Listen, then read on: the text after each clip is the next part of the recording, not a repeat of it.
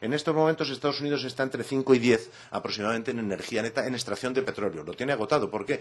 Porque los yacimientos que tiene tienen menos presión, están más profundos, son más pequeños, hay que gastar más energía en exploración, en transporte, en oleoductos para sacar menos petróleo, etcétera, etcétera. Y el resultado neto de extracción que queda libre a la sociedad para otros usos, que no sean los de la propia exploración ni de la industria petrolífera, es cada vez menor. Aquí tenemos, eso es otra cosa importante, la energía solar fotovoltaica y esta es la energía eólica. Es decir, tienen tasas de retorno energéticas muy bajas. Y uno puede decir, bueno, si tengo una tasa de retorno energético de 2, es decir, meto una unidad de energía y saco 2, todavía tengo algo de energía neta.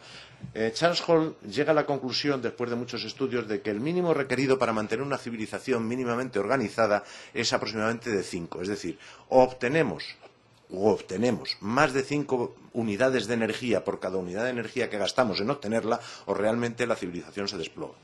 Y esto está cayendo de forma drástica. Tenemos que ingeniarnos mucho y ser muy hábiles a la hora de ver cómo esto funciona. Otro de los indicios es que cada vez tenemos que ir más lejos y más profundo a buscar el petróleo. Si no estuviéramos agotándolo, no tendríamos que hacerlo. Esto es el último gran descubrimiento que se marcó Repsol y Petrobras y algunas otras, y me parece que British Gas también, el petróleo descubierto en aguas ultraprofundas frente de Río de Janeiro, a unos 6.000 metros bajo el nivel del mar, con de 2.000 a 3.000 metros de salto de lámina de agua, 2.000 metros de roca y unos 2.000 metros de lecho marino. Dificilísimo de explorar y con un rendimiento energético que ya veremos si es viable o no. Cada vez extraemos, estas son las arenas bituminosas o asfálticas de Canadá, cada vez extraemos el petróleo, esto ya es minería, ya no es una geología de prospección, de perforación y extracción minera. Esto cuesta muchísimo desde el punto de vista ambiental y desde el punto de vista energético también. Aquí aproximadamente se calcula, hay muchos diferentes cálculos, pero se cree que apenas se obtienen de 3 a 4 barriles por cada barril de energía que se gasta en extraer este petróleo. Otro de los asuntos preocupantes, indicios de que algo va mal, es que la capacidad excedentaria, que en el mercado de la energía se considera el petróleo o la cantidad de energía adicional que se puede poner en el mercado cuando se avisa con 30 días de anticipación, y mantener esa capacidad excedentaria esa capacidad extra durante 90 días. En el caso de una crisis, de una guerra que rompe unos pozos petrolíferos en Irán o en Irak, etcétera, y se le pide a otro productor que arranque su capacidad excedentaria. Bueno, esa capacidad excedentaria, en el año 85, cuando estaba la guerra entre Irán e Irak en conflicto, pues era del 25% de la producción mundial de petróleo. Y prácticamente Arabia Saudita, abriendo grifos que ya tenía, perforaciones que ya tenía hechas, abriendo grifos, podía cubrir el 25% y pocos países más podrían cubrir el 25% de la necesidad petrolífera mundial. Eso era muy importante. En aquel entonces se producían 55 millones de barriles diarios. En estos momentos la capacidad excedentaria está entre el 1 y el 2, el 3, el 5%, en el mejor de los casos oscila entre un 1 y un 5%. Pero es que estamos produciendo 85 millones de barriles. Esto es lo que hace que los gobiernos del mundo tiemblen cada vez que hay un huracán como el Katrina, cada vez que un grupo guerrillero ametralla a unos técnicos en unas plataformas en Nigeria, o cada vez que en Irak se dinamita un oleoducto.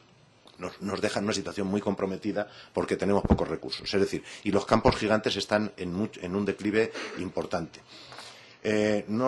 Si les hablo de las exportaciones, todavía estamos en una situación todavía mucho más precaria. Lo de arriba que ven en gris es el circuito por el que vemos que van las exportaciones de petróleo. No sé cómo vamos de tiempo y no sé si les tengo ya muy abrumados de malas noticias.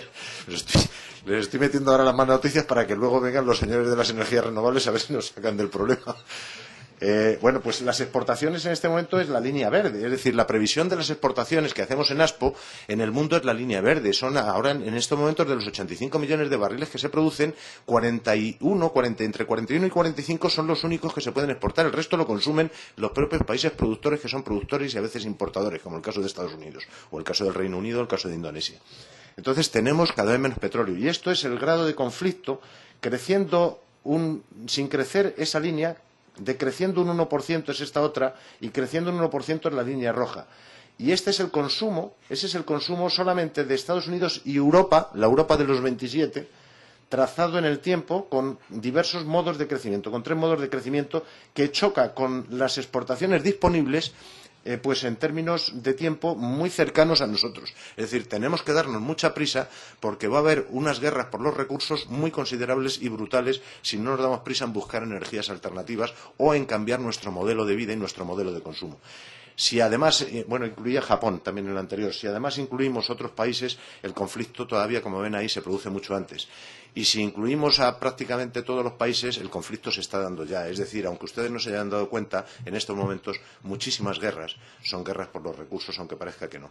Les voy a hablar, de nuevo les coloco el mapa porque dependemos mucho de flujos que son vitales para nosotros. Y creemos que, no sé por qué, tenemos la sensación y la extraña idea de que esos flujos no van a dejar de llegar de alguna forma. Y pueden dejar de llegar. Yo no sé si han sentido en sus carnes el problema de Rusia cerrando apenas entre 6 y 10 gasoductos este invierno pasado. Ha dejado a media Europa temblando, pero temblando. Y eso puede pasar por el norte o puede pasar por el sur. Si nos cortan el gasoducto por el sur, el 60% de la energía que consumimos, 40% porque hay una parte importante que viene por gas licuado en metaneros, pues deja de llegar a España. Y eso es muy importante, eso es gravísimo. Por ejemplo, en la cuestión insular, las islas son todavía más dependientes. Nosotros estuvimos haciendo un análisis para el gobierno balear, para el gobierno canario, perdón, y el gobierno canario es muy dependiente en su suministro energético, totalmente dependiente del petróleo. Aquí hay una variedad, porque aquí hay energía eléctrica que se produce ya con carácter renovable y hay una térmica de carbón, creo, en Baleares, pero en Canarias es prácticamente todo petróleo. Es decir, incluso la electricidad sale toda del petróleo. Si no llega el petróleo a Canarias, Canarias tiene reservas para 60 días, 90 días, 60, 90 días. Y si no, se le colapsa el archipiélago. Es decir, no les estoy intentando asustar, les estoy poniendo en la realidad energética de una complicación mundial considerable. Esto ya se lo he comentado sobre el estrecho de Hormuz, pero es que el estrecho de Hormuz tiene esa complicación. Ahí ven en el mapa de la derecha los principales yacimientos de petróleo y gas de la región. Y ese, en el mapa de la izquierda, es el alcance de los misiles iraníes, de los diferentes tipos de misiles iraníes, que tienen capacidad de bloquear el estrecho de Hormuz bastante considerable, aunque nos creamos que Estados Unidos y Europa tienen flotas, y las tienen poderosísimas, para intentar evitar que el estrecho de Hormuz colapse y se cierre. En caso de un conflicto, si los iraníes consiguiesen cerrar el estrecho de Hormuz, tendríamos un problema durante más de 90 o de 120 días, tendríamos un problema muy grave en todo el planeta Tierra, no solamente los norteamericanos o los europeos, en todo el planeta Tierra. Y además las formas de bloquear el estrecho de Hormuz no solamente son mediante misiles, pueden minar con miles de minas submarinas, pueden minar el estrecho de Hormuz con una facilidad tremenda porque los canales navegables de ese estrecho son mucho más estrechos de lo que figura ahí, que ya es bastante estrecho. Es decir, que esto es otro de los ejemplos de la fragilidad del sistema. Es un buque metanero que cuesta muchísimo dinero hacerlo, lleva mucho tiempo construir buques de este tipo y además para que el flujo llegue hay que establecer una coordinación perfecta entre los puntos, estaciones de regasificación en los países productores y exportadores de gas natural, los buques metaneros que forman el flujo de envío del gas que se licúa. Allí hay plantas de licuefacción del gas natural en los países de origen. Se mete en estos buques que son complicadísimos porque tienen que mantener a menos 100 y muchos grados bajo cero el gas licuado para que esté licuado en esas grandes esferas que ven ahí.